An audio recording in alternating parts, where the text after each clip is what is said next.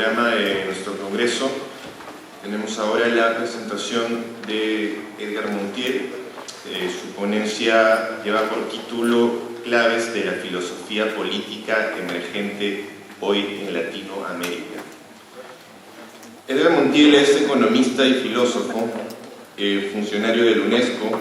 Inició sus estudios en la Universidad Nacional Mayor de San Marcos. En la Universidad de París obtuvo la maestría y el diploma de estudios avanzados en economía y en filosofía política. Fue discípulo allí de Alain y de Fernando Enrique Cardoso, doctorándose en la Sorbona en el año 1981. Desde entonces ha dedicado su pensamiento y acción a la cooperación técnica internacional, en particular el campo de las políticas públicas. Su actividad académica la ha desarrollado en diversos medios. Ha sido profesor de la Academia Diplomática del Perú. Asimismo, se ha desempeñado como investigador en la Universidad Autónoma de México, junto a el filósofo Leopoldo Sea.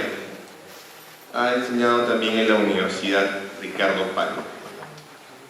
Muy bien, dejamos con el uso de la palabra al profesor Montiel. Buenos días a todos, todas. Me resulta muy grato regresar a San Marcos para intervenir en este 14º Congreso Nacional de Filosofía. Y regreso en esta condición invitado, luego de casi 30 años de aquel congreso, desde aquel primer Congreso Nacional de Filosofía del año 84, en el que el profesor Peña Cabrera me dio el encargo de traer a Lima, el año 84, año caliente en Lima, al filósofo Leopoldo Sea.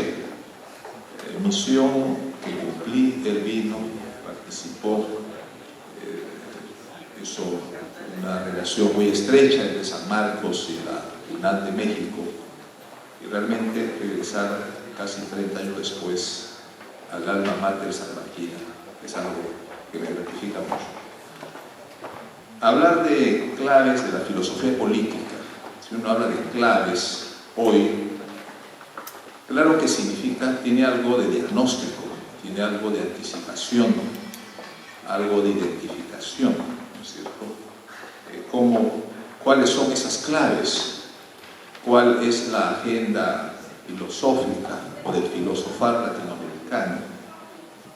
Y cómo abordar los problemas de este hoy global, de este aquí latinoamericano, y desde una visión interdisciplinaria y compleja. Claro, esta apuesta, esta identificación de las claves que les voy a mostrar son también una propuesta de una agenda que lo hago pues desde mi propia práctica de pensador y desde mi propia visión compleja de este continente. He dividido en 4 partes, ¿no es cierto? En 4 secciones que trataré de desarrollar en media hora de modo telegráfico para poder tener otra media hora de discusión. ¿Cuáles son los signos de nuestro tiempo? ¿Cómo se practica la filosofía en el continente? ¿Qué temas emergen? ¿Cuál es la lectura sintomática de esta época global? ¿Cuál sería la agenda del filosofar latinoamericano? Voy a tratar de responder eso en 4 puntos. Y este ejercicio, aunque es prospectivo, en este momento emerge fuertemente como una de las claves en la agenda un repaso del pasado. Un repaso no solamente a la expresión retórica de lo prehispánico o lo poshispánico, como si la historia de este continente se dividiera en ese pros y post que es 1942. Ahora hay una reflexión fuerte desarrollada gracias a los avances de la tecnología y la ciencia gracias al carbono 14, gracias a los estudios de ADN, gracias a la vía satélite que puede seguir el mundo y ver lo que no se ve de abajo. Y es estudiar e incorporar en nuestra visión, en nuestro episteme, en nuestro conocimiento de este continente, el pasado americano. Ahora ya se sabe con exactitud en qué momento empieza la humanización de este continente. Este continente originalmente era solamente poblada de animales y plantas. Hace 70.000 años comienza esta migración, y no solamente por el estrecho de Bering, por Groenlandia, por África, por Australia, por las Islas de Pascuas. Y a partir del año 40.000 antes de la era cristiana ya hay organizaciones sociales, comunitarias, colectivas, ya hay sistemas de regadío, poblaciones, hay cierta gobernanza.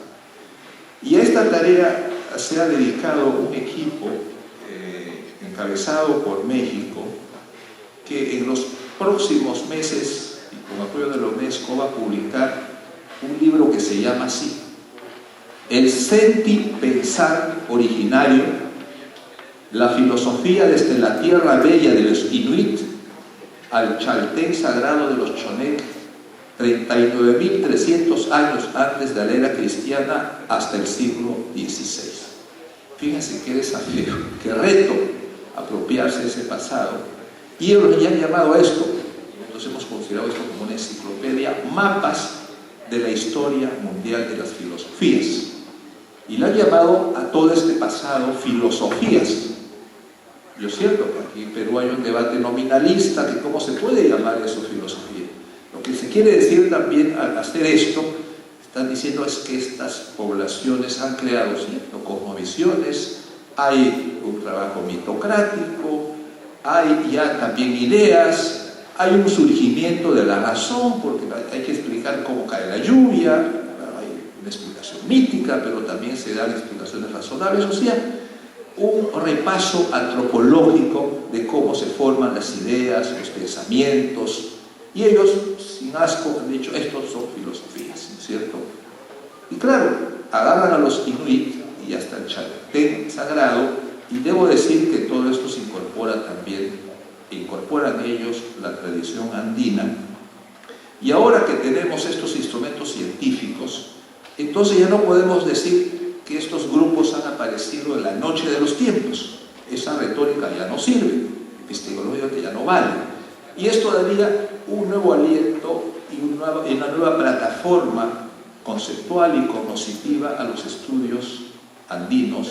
La región andina, la agrupación comienza hace 30.000 años, ya se sabe que en el año 8.000 años antes de la era cristiana se pudo domesticar a la papa para que no sea un tubérculo venenoso sino comestible.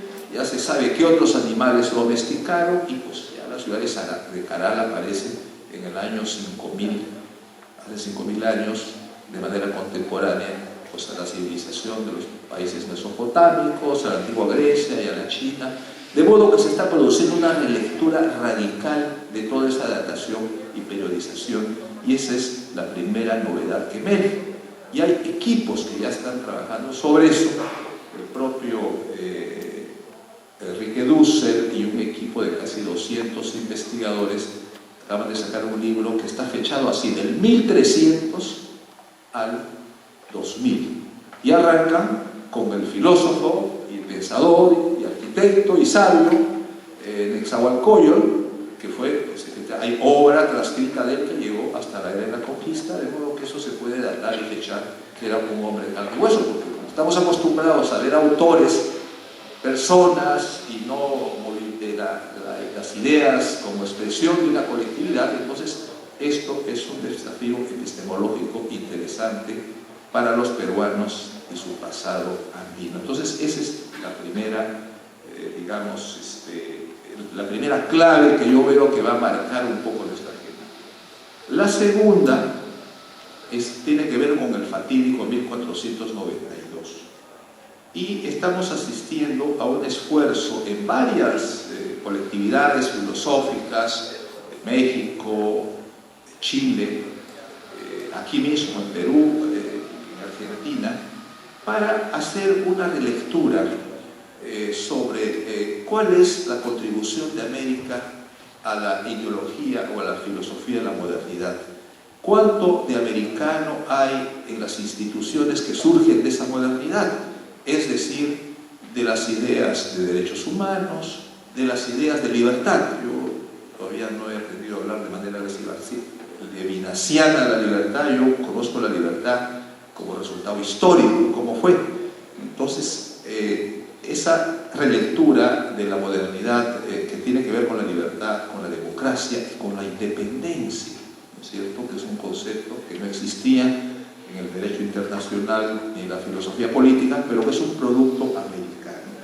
Entonces, en este momento estamos en ese proceso, ¿no es cierto?, de repensar cuánto contribuye América a la construcción del concepto de derechos humanos, de soberanía popular, de independencia, por utilizar solamente 3 conceptos de toda esa familia de conceptos de la modernidad política occidental.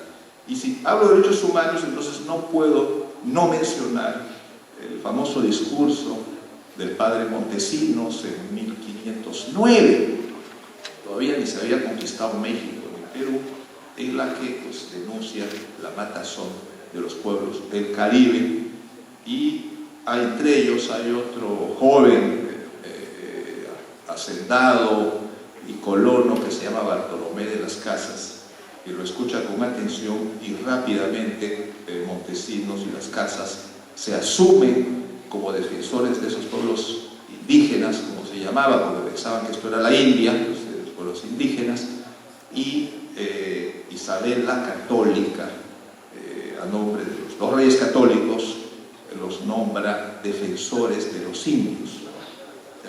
A ese título es que ellos hacen lo que hacen, escriben, denuncian y ponen la primera piedra de esa construcción histórica, que es el tema de los derechos. Si estas personas tienen, primeramente, si eran humanos o no, que eso fue el tema del famoso debate de Valladolid de 1551, si eran homúnculos, si eran semovientes, si tenían derecho a respetarle la propiedad, todo ese tema que remece, digamos, el episteme de ese momento del Renacimiento, pues todo este tema fue crucial, de modo que la primera piedra de la discusión de los derechos humanos tiene que ver mucho con América, no solamente, digamos, con las casas, sino también con la creación de esa especie de think tank que fue la Escuela de Salamanca, que desde 1520 ya comienza a plantearse, y ahí un hombre clave en esta construcción intelectual y conceptual es Francisco de Vitoria, que aleccionado por las Casas y Montesinos y por toda la información que venía de América, de estos pueblos emergentes que recién aparecen en la geografía, de la historia, y que tienen grandes civilizaciones avanzadas en astronomía, en sistema de riegos, etc. Entonces, Vitoria publica, no publica, es una versión moderna, da sus famosas relecciones de indios y del derecho de la guerra, que los da en 6 lecciones a sus estudiantes, quienes toman nota y transcriben. No había grabadora en esa época y se hace esta construcción. Y esta primera piedra fundacional fue clave para que 20, 30 años después Hugo Grotius, el famoso teórico independentista y filósofo de Holanda, publicara su pequeño libro sobre la libertad de los mares, porque toda esa zona también estaban ocupados y colonizados por España, ¿no es cierto?, los Países Bajos, parte de Flandes, Bélgica y Holanda, de modo que Grotius recoge este llamado, este relicto de indios, y en su libro Grotius sobre el derecho de gentes y el derecho natural cita a Vitoria, y todo el mensaje de Vitoria y del debate de Valladolid es transferido como insumos intelectuales a todo el proceso de la primera ola de independencia que fue la de los Países Bajos.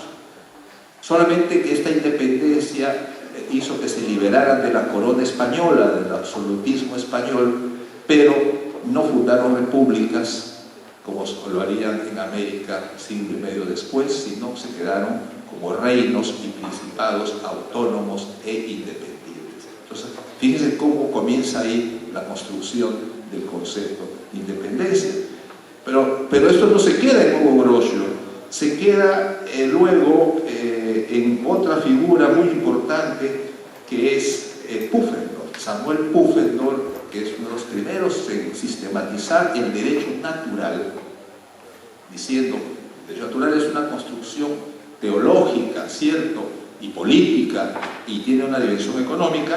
Entonces Pufendorf hace también en su tratado, y ya cita no solamente a Vitoria y a Grocio, sino que ya se incluyen los autores americanos, cita a Ciesa de León, cita a Gómara, al padre Acosta, y cita a nuestro querido Inca Garcilaso de la Vega, que tiene un gran predicamento en nuestras gentes. Esa construcción que va a acabar, digamos, en un siglo XVIII ilustrado de modernidad, pues están ahí, son, digamos, como una posta, y se llega al XVIII con Locke, al principio del XVIII, que es otro lector de las casas, de Garcilaso, de Vitoria, de Pufendorf, y toda su construcción que él utiliza para su famoso libro fundador sobre los dos tratados del gobierno civil. Fíjense ahí el atrevimiento.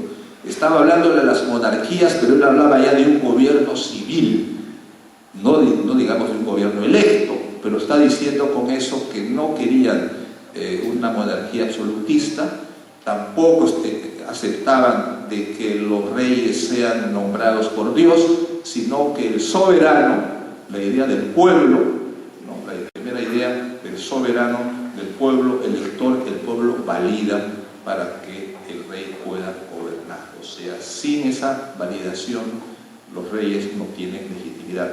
Y toda esta trayectoria acaba en el siglo XX, ya con Montesquieu, perdón, en el siglo XVIII, en el siglo de la Ilustración, con Montesquieu, Rousseau, Diderot y la Revolución Francesa, que recogen toda esta tradición, y por eso el padre Gregorio hace en el cuarto año de la Revolución un homenaje rotundo a las casas y al Inca Garcilaso, porque tanto las casas y el Inca Garcilaso se ponen de moda en esos años nuevamente, o sea, 2 siglos después de haber publicado sus obras, se ponen de moda, y hay ediciones en francés, en inglés, en alemán, en italiano, y de este modo las ideas americanas, el hecho americano, la alteridad americana pasa a Europa y sirve a la construcción de la modernidad política. O sea, no es como dicen los libros de textos peruanos, argentinos y de todo el continente, de que los independentistas leyeron a Rousseau e hicieron la revolución de independencia. No es así. Por eso me importaba mucho hacer esta aclaración, de modo que este es otro punto en el que hay una relectura. En este momento yo mismo estoy trabajando esto en Madrid. Acabo de publicar un libro colectivo que se llama Filosofía Política de las Independencias Latinoamericanas, y aquí nos hemos juntado los que pensamos y demostramos que este proceso fue esencialmente endógeno, ¿no es cierto? Y que no es que leyeron a Locke y luego se hicieron revolucionarios, sino que Locke bebió el pensamiento americano, el tema de los derechos humanos, el tema de la esclavitud, porque ¿quién mejor que un esclavo para poder sentir los defectos y lo atroz que es ser esclavo? O sea, no es porque los esclavos leen a Rousseau que se quieren ser libres, ¿no es cierto? Es un proceso social, histórico, determinado. Entonces, este libro acaba de salir y se puede comprar a 18 euros, lo venden del siglo XXI de España. Bueno, entonces este es el segundo punto.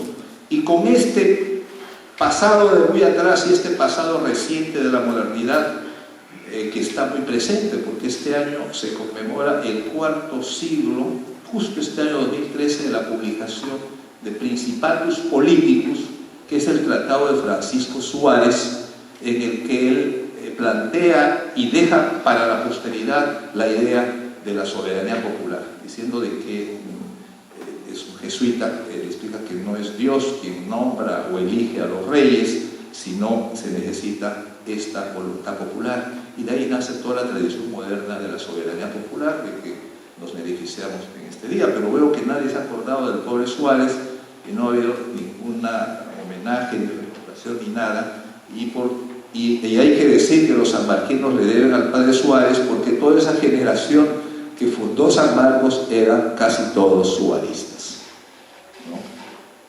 Entonces, estos escenarios, con estos elementos, entramos un poco a la agenda contemporánea, y en este contexto, pues pensar América hacia adentro y hacia afuera, cómo pensar globalmente y actuar localmente, cómo repensar la política. En esta región hay muchas novedades en ese punto, ¿no es cierto? Vivimos un periodo que se siente como de transición. De pronto, 2 siglos después de la independencia, hay 2 países que se incorporan al grupo de los 10, que es Brasil y México, ¿no es cierto? Al grupo de los más poderosos en el mundo, acompañando a la China, que retorna sobre el escenario mundial y encabezando el pelotón, pues, de las nuevas potencias, la China, ¿no es cierto? Y también Rusia, la gran Rusia, enorme, país continental. Entonces hay una geopolítica nueva, y como es fácil suponer, no solamente es la dimensión comercial y económica, que tiene su importancia, como lo tuvo todo este proceso de independencia y la construcción de la modernidad, sino también que viene con sus ideas. Los chinos vienen con su Confucio.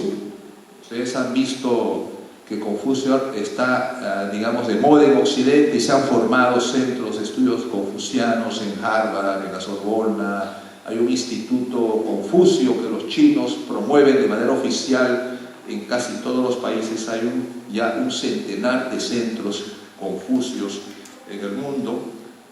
El pensamiento hindú está en la palestra. Los principales pensadores norteamericanos son de origen hindú, y son ideas más bien moduladas por la tradición hindú, pero digamos por portavoces que hablan inglés y están en Harvard, entonces tienen un predicamento fuerte, como el caso de Amartya Sen, el caso de Martha Nussbaum, ¿no es cierto? Ellos 2 han creado la teoría del desarrollo humano, con el que han desbarrancado la teoría tradicional de los indicadores económicos de tradición anglosajona, que decía el PIB de un país es tal como un indicador clave, y todos esos indicadores son metafísicos. Y ahora esta nueva mirada, digamos, indo-norteamericana y anglosajona, nos está proponiendo otra manera de pensar la sociedad y de pensar la economía. Ahora hay índices hasta de felicidad, ahora se hacen indicadores más acotados, y entonces todo esto son novedades que no nacen, digamos, de lo que se ha llamado el pensamiento occidental convencional, ¿no es cierto? Que, dicho sea de paso, ya expliqué toda la contribución que en eso tuvo las Américas. Pero junto a esto también vienen una serie de categorías que inquietan, interpelan a los filósofos latinoamericanos, y ellos, por ejemplo, uno de ellos es el tema de la interculturalidad, ¿no es cierto? Hay una fuerte corriente intercultural latinoamericana. A veces los norteamericanos se han apropiado de esta temática y son portavoces, pero en realidad los primeros en plantear este tema en el siglo XX fueron los latinoamericanos, pero es lógico, nosotros somos sociedades transculturizadas. ¿Quién dijo que él no era un incultural? Arguedas. El que habló de la transculturación fue Fernando Ortiz hacia comienzos del siglo XX, ¿no es es cierto? De modo que ese fenómeno masivo de interculturalidad, de multiculturalidad, eso lo conocemos nosotros mejor que nadie, nosotros mismos somos personas transculturales, de modo que eso ahora tiene un estatus filosófico y esta realidad es tan maciza que ya hablar de alteridad, de oquedad, de lo otro y de lo uno, se acaba quedando corto por la masividad. Fíjense ustedes, cada año, este año por ejemplo, se calcula que 1.300 millones de personas se van a desplazar en el mundo, van a viajar 1.300 millones, ¿no es cierto? Por eso es especie de portaaviones volantes, miles de gentes, de los cuales 400 van a ser migrantes, que van a ir de Australia a Estados Unidos al Perú, del Perú para Italia, es decir, este movimiento, de modo que uno encuentra al otro, ya no en la distancia, ya no en el mundo árabe, ya no como una categoría exótica, sino en el patio de su casa, en el restaurante, en el cine, en el estadio, en la iglesia, en el patio de los niños, de modo que es una realidad maciza y ese tema está en la agenda, como lo está el tema de género, ¿no es cierto? También hay una vuelta de reflexión, una necesidad de pensar el género, puesto que todos los libros, los grandes libros de filosofía y todos los libros sagrados hablan mal de la mujer. Esa es una mentalidad sedimentada en el cerebro del género humano y entonces ahí hay un trabajo fuerte que hacer. Eso no está, yo cuando escucho algo de conciencia al respecto, yo digo que eso se ubica también en el cerebro. Y ahora los estudios de imagen del cerebro nos dicen en qué parte del cerebro están las ideas trascendentales y en qué parte están las ideas prácticas, ¿no? Entonces, esas ideas, ahora que se trabaja más el cerebro, ustedes han visto que todos los nuevos métodos de enseñanza de lenguas, de educación, la neurocirugía está avanzando enormemente y todo eso también nos replantea este tema, ¿no es cierto? Y otras categorías más, por ejemplo, ciudadanía planetaria, porque como ya tenemos una conciencia global de que los fenómenos atmosféricos, el recalentamiento climático, la ausencia de agua o la ausencia de energía fósil, eso tiene términos, ¿no es cierto? En 40 años se acaba la energía fósil, entonces también eso invita, digamos, a un pensamiento, a una reflexión en torno a lo durable, lo no durable, lo inmediato y lo complejo de este proceso. En este contexto, de este tercer punto, paso rápidamente solamente a mencionar equipos, comunidades que están trabajando ya instalados en estas condiciones, ¿no? De ver el pasado, este arreglo de cuentas con la modernidad y estos escenarios globales y continentales. Y por ejemplo, en Argentina se está trabajando mucho el pensamiento alternativo. No sé si vieron los volúmenes de estos diccionarios que publica Hugo Biagini. Hay corredores de las ideas en el Mercosur. Hay un gran desarrollo del pensamiento crítico.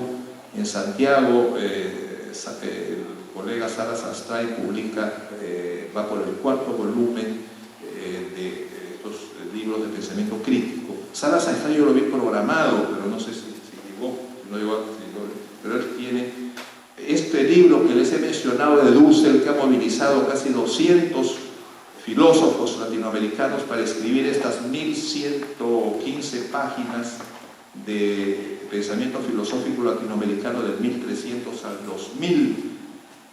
El año pasado hubo en Guatemala, el Año Mundial de la Filosofía tuvo como sede a Guatemala y ahí hubo un ejercicio de pensar juntos un mundo durable para todos, con un enfoque interdisciplinario que es necesario, con un enfoque intercultural y con una visión de futuro. Este libro lo va a publicar la UNAM hacia fin de año. Y entonces hay pues todas estas expresiones de una filosofía política que también se manifiesta en estas nuevas modalidades en que se practica la política en nuestro continente. ¿No es cierto? Hay, digamos, experiencias que tienen contornos propios, como el caso de Bolivia, toda la propuesta del summa causale, del buen vivir, que recoge una tradición de convivencia que se da en el mundo aymara y en el mundo quechua, y que en Ecuador se ha vuelto parte del plan nacional. El plan nacional que está presupuestado y con estadísticas de Ecuador es el Plan Nacional para el Buen Vivir. Todos estamos haciendo todo lo necesario para que se cumpla este paradigma. Y esto también, ya hay algunos pensadores, como el brasileño Limonta, que ha reflexionado sobre esto, pero también interpela a nuestra comunidad filosófica cómo darle un estatuto a estas percepciones, a estas nuevas propuestas, a estos nuevos modelos de vida, ¿no es cierto? El proceso de Chávez y el proceso actual también es algo que nos invita a la reflexión, viniendo de una tradición bolivariana. Eso también es un elemento que hay que pensar y no solamente estigmatizar de populismo, porque eso no es suficiente, ¿no?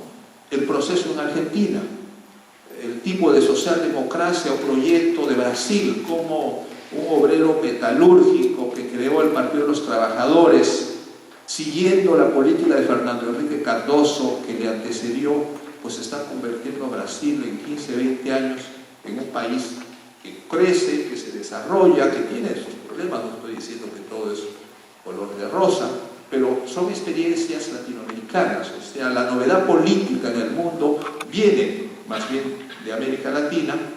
Y concluyo con una información que en el sentido siguiente, decía hace un momento que los chinos, la tradición china, la tradición hindú, las otras tradiciones se están manifestando, y ahora el planteo no es que estén aisladas, sino que hay que hacerlas entrar en diálogo. Y para eso la UNESCO ha creado un programa mundial que se llama Diálogo Filosófico Sur-Sur, para justamente poder dialogar entre esas tradiciones, no solamente que dialogamos con Europa y su episteme que ya está, digamos, erosionándose, sino que todas las grandes tradiciones de pensamiento, que tienen pensamiento ancestral, que tienen una dimensión sapiencial, porque no puede ser que los chinos no quieren que su tradición le llamen filosofía. Ellos dicen, nosotros somos pensamiento chino, antiguo, ¿no? Y así estudian en nuestras universidades, no se reclaman, pero ¿quién les va a negar esa dimensión, digamos, de un pensamiento práctico, sapiencial? Y estas tradiciones ahora se trata de que participen en este nuevo banquete del conocimiento que se está dando en el mundo, en el que ahora los platos se han diversificado, de modo que no tenemos que comernos siempre, digamos, el mismo bistec griego. Puede ser que alguna vez sí. No estoy diciendo estas tradiciones no llegaron para sacar la tradición griega fuera del escenario, simplemente la están haciendo dialogar entre las tradiciones de Oriente, de Occidente, del Norte y del Sur. Gracias, Javier.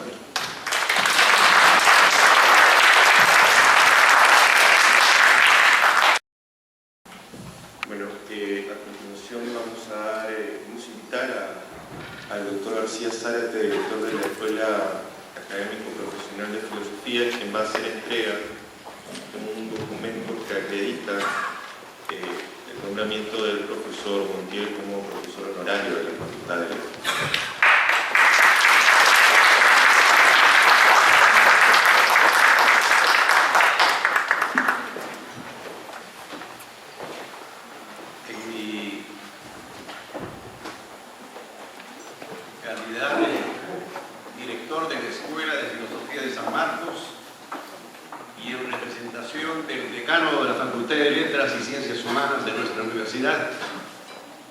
Quiero hacer entrega al doctor Edgar Montiel de este documento que da cuenta de su incorporación del doctor Edgar Montiel como profesor honorario de nuestra universidad en atención a su reconocida trayectoria académica y profesional con proyección nacional e internacional.